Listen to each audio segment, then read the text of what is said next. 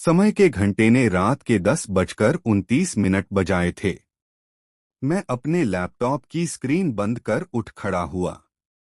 गांव में रहने की अपनी अलग ही दिनचर्या होती है, शहरों जैसी नहीं। यहाँ टॉयलेट अब भी घरों से बाहर बने होते हैं और आधी रात को बाहर जाना एक अलग अनुभव है।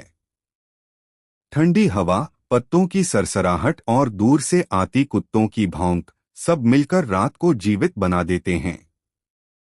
मैं बाथरूम की ओर जा ही रहा था कि अचानक मेरी नजर उस पर पड़ी। भूरा, गांव का वही बैल जिसे कभी सब वृषभराज कहा करते थे। आजकल भूरा गांव में अकेला घूमता है। उसका साथी बहुत पहले ही चल बसा और अब वह जैसे वैधव्य का जीवन जी रहा हो। बैलों की जोड़ी टूट जाए तो दूसरा बैल भीतर से टूट जाता है।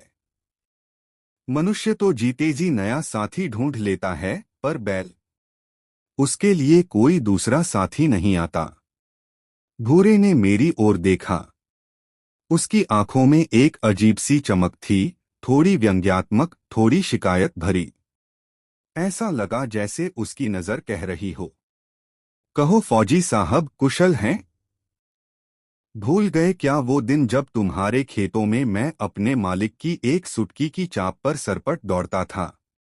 तुम्हारी आंखें चमक उठती थीं। तुम कहते थे, हीरा मोती की जोड़ी है। तुम्हारी फौज के घोड़े खच्चर तो नहीं थे हम, जिन्हें सेवा पूरी होने पर गोली मार दी जाए।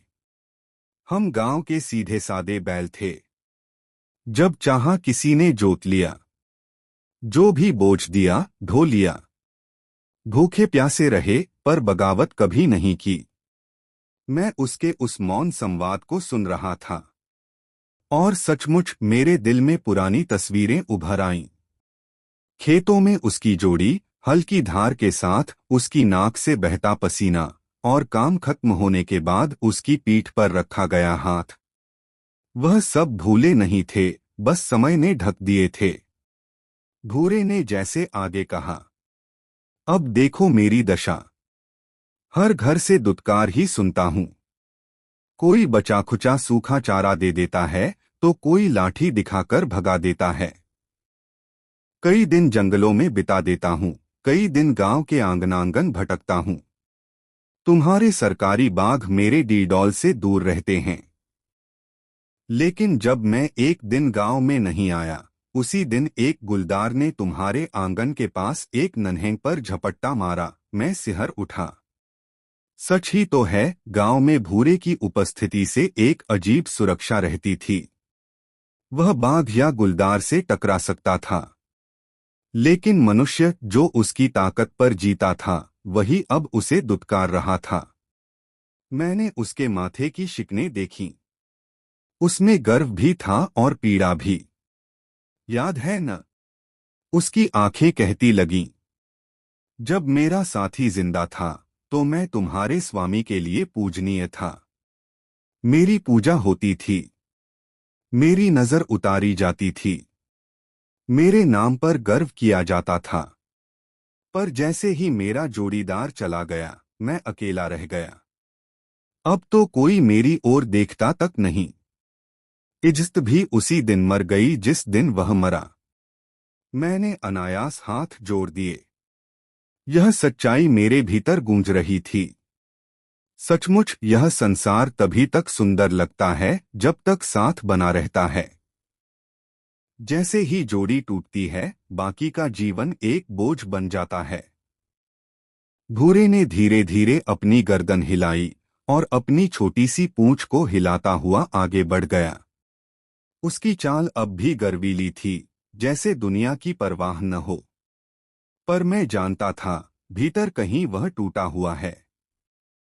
मैंने सोचा, भूरे के लिए गांव क्या है? उसके लिए तो हर घर एक स्मृति है। कहीं उसने धूप में जोता, कहीं बारिश में हल खींचा, कहीं रात को थकाहारा घास चरा। और अब वही घर उसे लाठी दिखाकर भगाते हैं। यह कैसा न्याय है?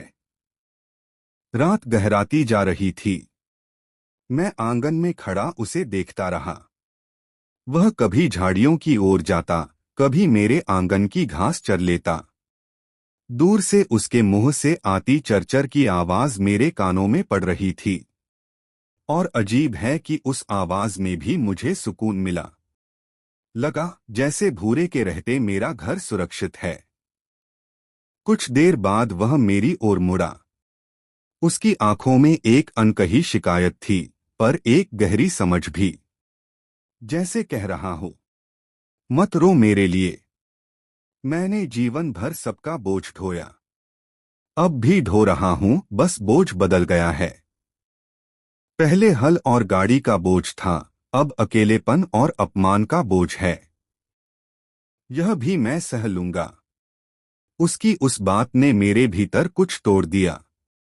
मैं सोचने लगा, क्या सचमुच हम इतने निर्दयी हैं? जिन बैलों ने हमें अन्न दिया, खेतों को उपजाया, उन्हें बूढ़ा होने पर हम यूं ही छोड़ देते हैं। भूरे ने धीरे धीरे कदम बढ़ाए और अंधेरे में ओझल हो गया। पर उसकी परछाई, उसका गर्व और उसकी व्यथा मेरे मन में गहरी छप गई। मैंने भीतर लौटते हुए सोचा, नमन उस वृषभराज भूरे को, जिसने बिना बोले हमें सिखा दिया कि सम्मान केवल तब तक नहीं होना चाहिए जब तक किसी का उपयोग हो। सच्चा सम्मान तो तब है जब वह बेबस होकर भी गरिमा से जी रहा हो।